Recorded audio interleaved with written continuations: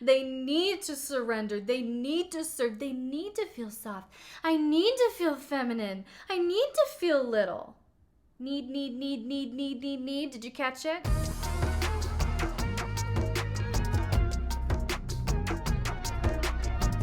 And I found working with many DS and kink-friendly couples throughout the years that a huge cause behind a pseudo-subs behavior is a deep need for control, which can usually be traced back to a root of fear. Now, unfortunately, regardless of whether or not the intent is malicious or birthed from self-protection, this desire for control often shows up as a lack of respect for their partner's boundaries or desires. The pseudo-submissive may project their expectations onto their dominant partner using manipulation tactics such as veiled criticisms, unregulated disappointment, victimization, and guilt to pressure their partner into fulfilling their desires. And this approach can be very harmful to the relationship as it's not based, again, on mutual respect and collaboration. Are you hearing that as a theme? Mutual respect and collaboration. And that's exactly why we have such thorough negotiations when we begin a DS dynamic. It's all about respecting that collaboration and creating a mutual culture of honor. Beware of the chronic victim, my friends, because it's often a manipulative ploy. A pseudo-submissive might play the victim by using their childhood, past abuse, or trauma as reasons why they need to feel submissive. They need to surrender. They need to serve. They need to feel soft. I need to feel feminine. I need to feel little. Need.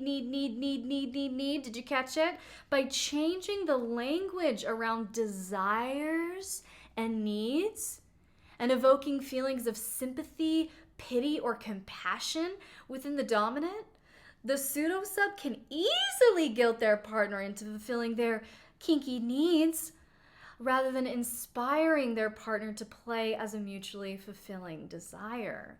Do you see the difference? And again, this can do damage to the relationship because it's not based on connection. It's not based on a desire to connect, but it's based on the pseudo-sub's own emotional needs, their neediness, this void that they have inside of themselves.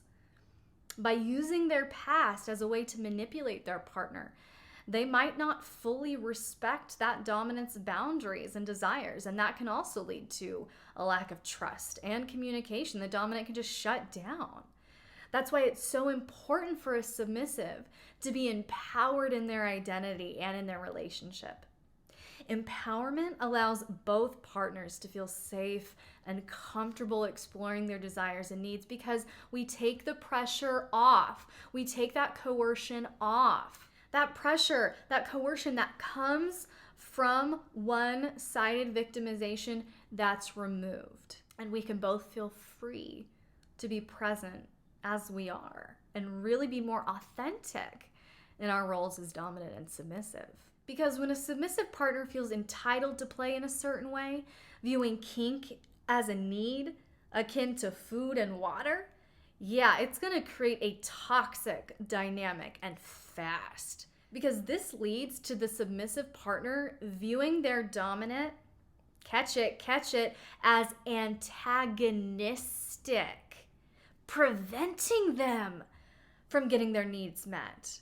Do you see how dangerous that paradigm shift can be to the health of the relationship? Because therein, that gate, when you open that gate, you open up the gate for bitterness and resentment, and those are connection killers. When one partner feels entitled to certain things or behaviors from the other, it can lead to a lack of respect for the other partner's autonomy and agency, which is not going to foster a sense of empowerment in a dominant. This often will lead to a breakdown in trust and communication between the couple. That's why, by contrast, humility is such a high value trait in submissives, Dominance too, but we're talking about submissives today. And it's a high value trait in submissives because it reinforces the structure of the power dynamic, and it demonstrates to the dominant that they are highly valued and respected.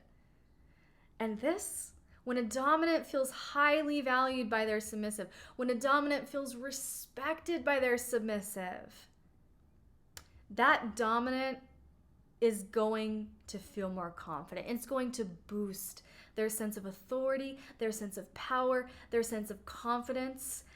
And submissives, confident dominants, are creative dominants. Am I right? You don't want to miss my new high value submissive bundle on Patreon. This bundle includes 6 amazing downloads, including 2 brand new guides. Training Techniques for a High Value Submissive is a 6-page download packed with 50 of the most effective submissive training techniques with a unique 5-step training process to transform your pseudo-sub into a high-value submissive. This bundle also includes my new submissive self-training guide, which includes 50 ways to build the necessary skills as a single submissive to be highly attractive and in demand for potential dominance. This bundle also includes 4 of my most popular worksheets to accelerate your training. The best part is that when you download this bundle, you'll also get lifetime access to my comprehensive library of over 40 kink-friendly worksheets and downloads to help you design your dream dynamic. Just go over to patreon.com/LXerotica to get instant access to this incredible new bundle.